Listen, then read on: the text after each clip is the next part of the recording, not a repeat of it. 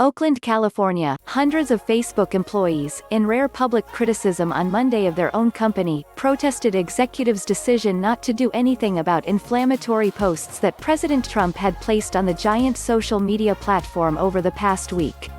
Many of the employees, who said they refused to work in order to show their support for demonstrators across the country, added an automated message to their digital profiles and email responses saying that they were out of the office in a show of protest.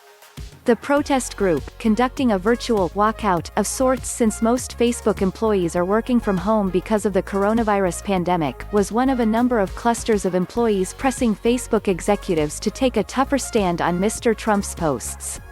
Inside the company, staff members have circulated petitions and threatened to resign, and a number of employees wrote publicly about their unhappiness on Twitter and elsewhere. More than a dozen current and former employees have described the unrest as the most serious challenge to the leadership of Mark Zuckerberg, the chief executive, since the company was founded 15 years ago. The hateful rhetoric advocating violence against black demonstrators by the U.S. president does not warrant defense under the guise of freedom of expression, one Facebook employee wrote in an internal message board, according to a copy of the text viewed by the New York Times. The employee added, along with black employees in the company, and all persons with a moral conscience, I am calling for Mark to immediately take down the president's post advocating violence, murder and imminent threat against black people. The Times agreed to withhold the employee's name. Mr. Zuckerberg has argued on a number of occasions that Facebook should take a hands-off approach to what people post, including lies from elected officials and others in power. He has repeatedly said the public should be allowed to decide what to believe.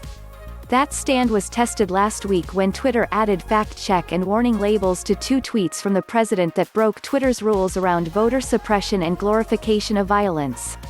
But as Twitter acted on Mr. Trump's tweets, Facebook left his posts on its platform alone. Mr. Zuckerberg said Mr. Trump's posts did not violate the social network's rules. Personally, I have a visceral negative reaction to this kind of divisive and inflammatory rhetoric, Mr. Zuckerberg said in a post to his Facebook page on Friday.